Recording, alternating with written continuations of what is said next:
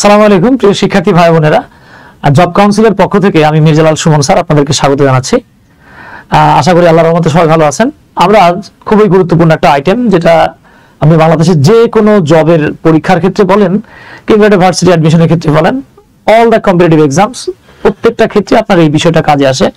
তো আমরা জাস্ট কয়েকটা পার্টস অফ স্পিচ আইডেন্টিফিকেশনের প্রশ্ন নিয়ে আপনাদের সাথে কথা বলবো। আশা করি ইনশাল্লাহ আপনাদের ভালো লাগবে। তো আসেন আমরা শুরু করে দিই তাহলে। তো শুরুতেই আমরা 1 নম্বর যে প্রশ্নটা দেখতে পাচ্ছি, এই প্রশ্নটা অনেকে দেখার পরে খুশির ঠেলায় ভাল লাগে, খুব ভালো লাগবে, কিন্তু একটু পরে বলবে যে ভাই আমার আবেগ কাজ করছিল, বিবেক কাজ করে নাই, আমি তো কট খাই গেছি। তো কট না খায় যদি টক খাইতে চান তাহলে আপনাকে যে জিনিসটা খেয়াল করতে হবে, দেখেন আমি এখানে বাক্য লিখে রেখেছি, আই হ্যাভ আ পেট, আমার একটা পোষা প্রাণী আছে। এবার আপনি আমারও জিজ্ঞেস করলেন যে দাদা আপনার যেটা পোষা প্রাণী আছে এটা বেডা না বেডি, এটা কি ছেলে না মেয়ে, পুরুষ না মহিলা? তখন আমি বললাম ইটস আ হি, এটা হলো একটা পুরুষ প্রাণী। এখন আপনাকে যদি হি এর নিচে আন্ডারলাইন করে বলা হয় হিটা কোন পার্টস অফ স্পিচ, অনেকেই চিন্তা করবে যে ওফ পাইছি রে, হি মানেই প্রোনাউন, কিন্তু মাননীয় স্পিকার এখানে একটা চরম গিট্টু লেগে যাবে আপনি যদি হিটাকে প্রোনাউন বলেন। এটাকে ঘূর্ণাক্ষরেও আপনি প্রোনাউনে আনতে পারবেন না, আনা সম্ভব না। কজ আমরা অনেকেই হয়তো ছোটবেলা থেকে জেনে এসেছি যে ডিটারমিনার নামে কিন্তু একটা টার্ম আছে। আই হোপ আপনারা কম বেশি সবাই ডিটারমিনারের সাথে পরিচিত আছেন। ডিটারমিনার্সের সামনে আমি বিস্তারিত আপনাদেরকে একটা ভিডিও দেবো ইনশাআল্লাহ। তো আপাতত জাস্ট আমি এতটুকু লিখে রাখি যে ডিটারমিনার হচ্ছে সেই সকল ওয়ার্ড বা ফ্রেজ, অথবা আমরা এইভাবে বলতে পারি determiner refers to single or more than single word. Determiner হচ্ছে এক বা একাধিক ওয়ার্ড যারা নাউনের পূর্বে বসে ওই নাউন সম্পর্কে তথ্য দেয়। এখন ডিটারমিনার গুলো কি কি বাবা? ডিটারমিনারের মধ্যে আছে সংখ্যা, ডিটারমিনারের মধ্যে আছে পরিমাণ, এই ডিটারমিনারের মধ্যে আছে আপনার আর্টিকেল, এরপরে ডিটারমিনারের মধ্যে আছে আপনার পিসি, যেটা আমি ছোটবেলায় মজা করে প্রিয়াঙ্কা চোপড়া বলতাম, কিন্তু দাদা এটা পিসি মানে প্রিয়াঙ্কা চোপড়া না, এটা হলো পজেসিভ কেস। ওকে, এটাকে কেউ কেউ বলে পজেসিভ কেস, কেউ কেউ এটাকে বলে possessive adjective. Whatever, it's just up to you, আপনি এটাকে কি বলবেন, হ্যাঁ এটা আপনার ব্যাপার। তো আমি এটাকে পজেসিভ কেসই বলি। এর মধ্যে অনেকগুলো রয়েছে, like my, our, your, his, her, their, blah blah, হ্যাঁ অনেক কিছু আছে, আরো আছে, যেমন আপনার ডেমনস্ট্রেটিভ রয়েছে, ডিস্ট্রিবিউটিভ রয়েছে। আমি সবকিছু লিখলাম না, আপনি যেটা মাথায় রাখবেন অ্যাজ ওয়েল অ্যাজ খাতায় যেটা রাখবেন, যে যদি কখনো দেখেন যে ডিটারমিনারের পরে একটা মাত্র ওয়ার্ড আছে তাহলে কাম সেরে ফেলাইছে, এটা কনফার্ম নাউন।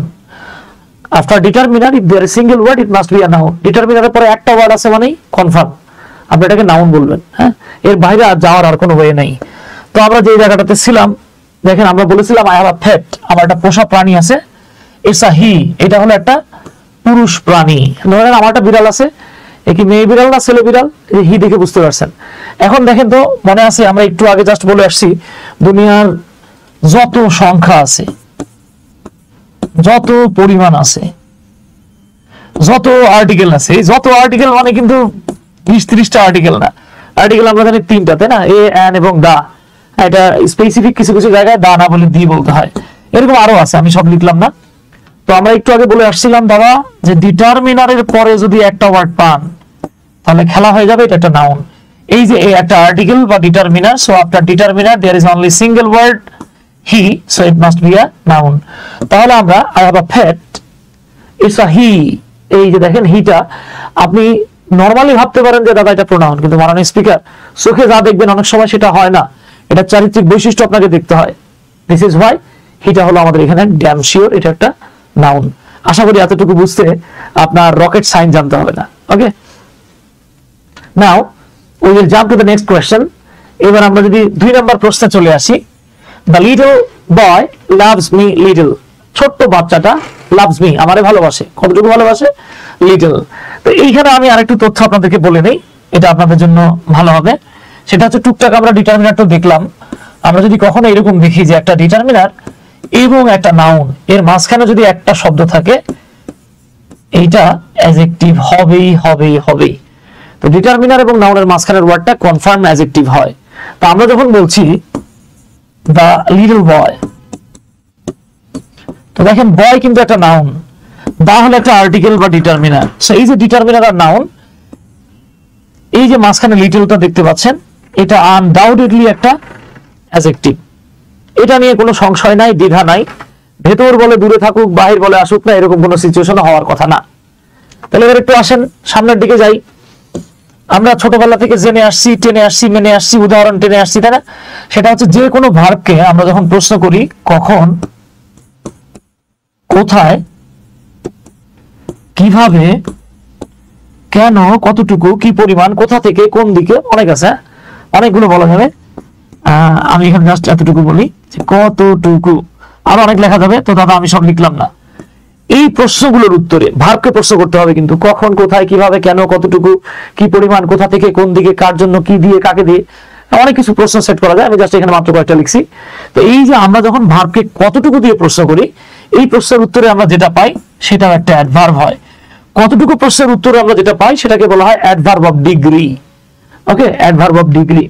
তাহলে চলে আসি আমরা, এই যে দেখেন আমরা এখানে একটা বাক্য দেখতে পাচ্ছি, এখানে আমরা একটা সেন্টেন্স দেখতে পাচ্ছি, দ্য লিটল বয়। যেহেতু বয় একটা নাউন, আর আমরা একটু আগে বলে ফেলেছি অলরেডি, ডিটারমিনার এবং নাউন, এই যে দা একটা ডিটারমিনার, এর মাঝখানের ওয়ার্ডটা অ্যাডজেক্টিভ হয়। সো এই লিটল শব্দটা আমার একটা adjective. The little boy loves me, পিচ্চি পোলাটা আমারে ভালোবাসে, পিচ্চি বাবুটা, শিশুটা আমাকে ভালোবাসে। ভালোবাসা এই পর্যন্ত ঠিকঠাক ছিল, যে ছেলেটা আমাকে ভালোবাসে। এবার আপনি প্রশ্ন করলেন যে দাদা বাচ্চাটারে যে আপনারে ভালোবাসে, খুব ভালো কথা, তা সত্যি করে কম দেখি, কতটুকু ভালোবাসে? এই কতটুকু ভালোবাসে আমি পরিমাণটা বললাম লিটল, একবারে কম, ভালোবাসে না বললেই চলে। সো এটা হয়ে গেছে একটা অ্যাডভার্ব, এটাকে বলা হয় অ্যাডভার্ব অফ ডিগ্রি। সো আমরা দেখতে পাচ্ছি এই সেন্টেন্সে আমরা লিটল পেলাম দুইবার, একই বাক্য। একটা লিটল নাউন সম্পর্কে তথ্য দেয়, সেটা অ্যাডজেক্টিভ।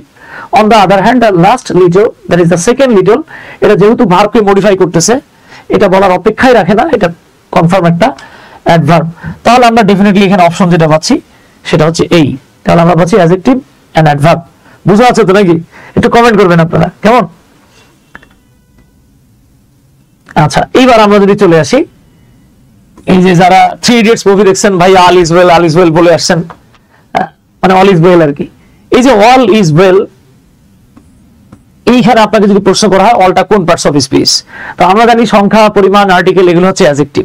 ঠিক আছে, আপনার আমার জানা ঠিক আছে, কিন্তু অনেক সময় জানাশোনার মধ্যে টুকটাক ঝামেলা থাকে, ভুলভাল হয়। তো আসেন ভুল না করে রুলটা একটু দেখে নেই, তাহলে আর ভুল মারতে হবে না। তো আমরা নর্মালি যে জিনিসটা জানি, সেন্টেন্সের শুরুতেই সাধারণত সাবজেক্ট বসে, এরপরে ভার্ব, এরপরে বসতে পারে অবজেক্ট, অথবা বসতে পারে কমপ্লিমেন্ট, অথবা বসতে পারে এক্সটেনশন। মজার ব্যাপার হচ্ছে কি, আমি এটা মাঝে মাঝেই বলি, আমরা অনেক সময় আমরা ইংরেজি টিচারও এই জায়গাটাতে গিট্টু লাগাই ফেলি। আমাদের অনেকের ধারণা অবজেক্ট অথবা কমপ্লিমেন্ট অথবা এক্সটেনশনই মনে হয়। নো, আপনি লটস অফ সেন্টেন্স পাবেন, শত শত বাক্য পাবেন, হাজার হাজার বাক্য পাবেন, আমি লিখে দিতে পারবো, যেখানে একই সঙ্গে অবজেক্ট থাকবে, কমপ্লিমেন্ট থাকবে, এক্সটেনশন থাকবে। বাট আমরা আপাতত সেখানে যাচ্ছি না। আমরা জাস্ট যে জিনিসটা খেয়াল করবো, দেখেন সাবজেক্ট হিসেবে বসার যোগ্যতা আল্লাহ তাআলা দুইটা পার্টস অফ স্পিচে দিয়েছেন। নাম্বার ওয়ান, একটা হচ্ছে নাউন, আরেকটা হলো প্রোনাউন। তো দেখেন তো, এই যে ইজ, এই শব্দটা এখানে ভার্ব। সো আমরা জানি ভার্বের পূর্বে কি বসে, সাবজেক্ট বসে। অল শব্দটা এখানে একটা সাবজেক্ট। সাবজেক্ট যেহেতু, সেটার আর অ্যাডজেক্টিভ হওয়ার সুযোগ নাই, যদিও আপনি অলরেডি এতদিন সংখ্যা জেনে আসছেন। ওকে, তাহলে এখন আমরা দেখবো এটা নাউন নাকি প্রোনাউন। আমরা জানি কোনো কিছুর নামকে নাউন বলে, যদিও নাউনের আরো অনেক রকমের প্রকারভেদ আছে, সেদিকে যাচ্ছি না। অল ইজ ওয়েল মানে হলো সবকিছু ঠিক আছে।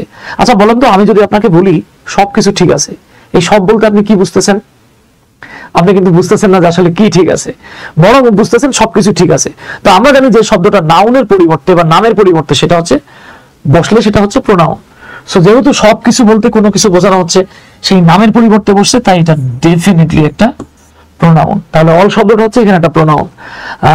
একবার এই অল ইজ ওয়েল, এটা দিয়ে আমি একটা ভিডিও দেখতেছিলাম, কোন এক ভাইজান বা কোন একজন শিক্ষক এটাকে ব্যাখ্যা করছিলেন, যে সবার পয়েন্ট অফ ভিউ আসলে সেম হয় না, ডিফারেন্ট হয়। তো একজন বলছিল, আমি দেখছিলাম, আমি নাম না বলি আর কি, তো উনি বলতেছিল অলের পরে যদি ইজ পান তাহলে এটা নাউন, আর অলের পরে যদি আর পান তাহলে এটা প্রোনাউন। আমি তো পুরো বোকা হয়ে গেছি যে ভাই এটা কোন ধরনের কথা বলেন তো। কেন ইনডিফিনিট প্রোনাউন কি সিঙ্গুলার হয় না? যেমন somebody, anybody, nobody, everybody, someone, anything, something, এগুলো হচ্ছে, এটা হচ্ছে ইনডিফিনিট প্রোনাউন, অনির্দিষ্ট প্রোনাউন। এখানে নির্দিষ্ট করে নাম বলা হয় না। সো আমরা এখানে অল শব্দটাকে প্রোনাউন হিসেবে ধরবো। আশা করি বোঝা যাচ্ছে। এবার আসেন তাহলে আমরা পরের প্রশ্নটাতে জাম্প করি। এইখানে আরো 4 নাম্বার প্রশ্ন দেখতে পাচ্ছি, শি ইজ মাই অল, সে আমার সব। এই প্রেমে পড়লে আমরা এরকম বলি, অথবা বিবাহিত মানুষরা, মানে আপনারা যারা জীবিত তারা এইসব বুঝবেন না। হ্যাঁ, আমাদের ঘরে বউ আছে, আমরা বুঝি আর কি। তো দেখেন, এই যে আমরা একটু আগে বলে আসছিলাম, কি বলছিলাম আপনাদের মনে আছে কিনা দেখি, সেটা হচ্ছে দেখেন আমরা বলেছিলাম ডিটারমিনার বলতে হতে পারে সংখ্যা, পরিমাণ, আর্টিকেল, পজেসিভ, এছাড়াও আরো আছে লাইক ডেমনস্ট্রেটিভ। ডেমনস্ট্রেটিভ কি কি বাবা? This, that and those. Okay, আরো আছে ডিস্ট্রিবিউটিভ, আমি সেদিকে যাচ্ছি না। তা আমি যেটা নিয়ে কথা বলবো আপনি জাস্ট একটু খেয়াল করেন। এই যে পজিটিভ কেসগুলো কি ছিল, মাই, আওয়ার, ইওর, হিজ, হার, দেয়ার, এগুলো ছিল পজিটিভ। এবং আমরা জানি পজিটিভ মানে ডিটারমিনার, এবং ডিটারমিনারের পরে একটা ওয়ার্ড থাকলে খেলা হবে। তা খেলাটা কি আসেন তো আমরা একটু দেখি। এই যে দেখেন, শি ইজ মাই অল, সে আমার সব, আমার সব কিছু হলো সে।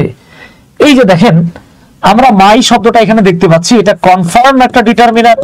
আর ডিটারমিনারের পরে একটা ওয়ার্ড থাকলে কি হয়? নাউন হয়। So she is my all, এইটা হয়ে গেছে নাউন। তাহলে দেখেন আমরা আগের বাক্যে অল ইজ ওয়েল এর অল শব্দটাকে প্রোনাউন হিসেবে পেয়েছি, এই বাক্যে শি ইজ মাই অল, এই অল শব্দটাকে আমরা নাউন হিসেবে পাচ্ছি।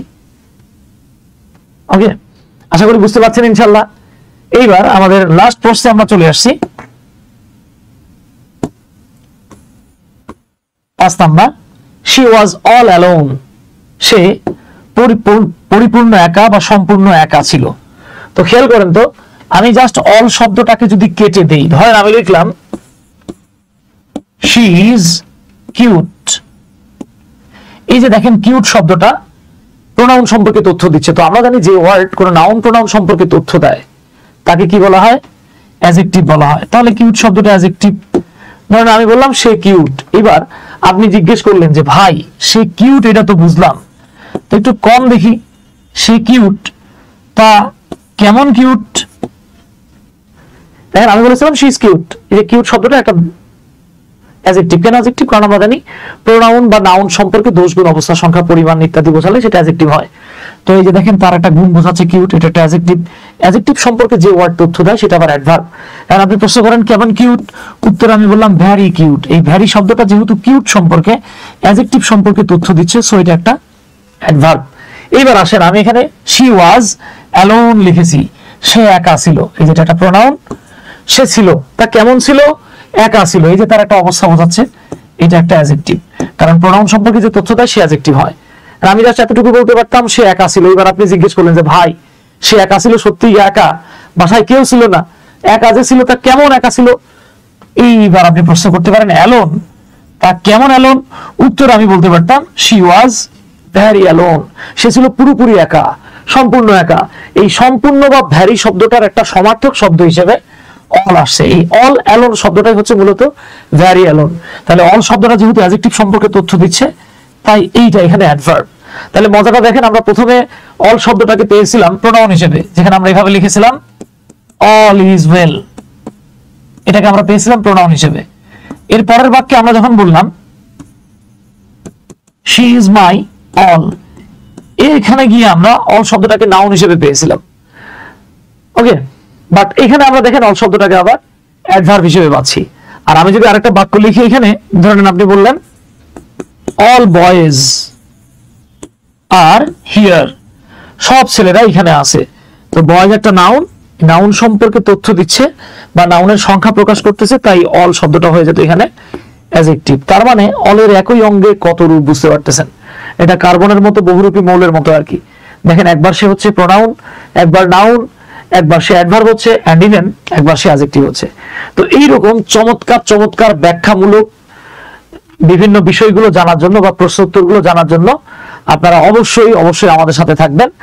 আর আপনাদের জন্য একটা সুখবর রয়েছে, আমি মির্জালাল সুমন স্যার এবং আমার সাথে আরো বেশ কয়েকজন স্যার রয়েছেন যারা এই লাইনে অর্থাৎ চাকরির লাইনে বেশ অনেক বছর যাবত দক্ষতার সাথে পড়াচ্ছেন এবং তারা তাদের অভিজ্ঞতার এবং দক্ষতার স্বাক্ষর রেখে চলেছেন। এরকম এক ঝাঁক টিম নিয়ে আমরা আপনাদের জন্য জব কাউন্সিল নামে একটি প্রতিষ্ঠান খুলেছি। ইনশাআল্লাহ শীঘ্রই আমরা জব কাউন্সিল আপনাদের মধ্যে পরিচয় করিয়ে দেব এবং আপনাদের সাথে নিয়মিত আমরা লাইভে আসবো। সবাই ভালো থাকবেন, সুস্থ থাকবেন। আসসালামু আলাইকুম, আদাব, তারা।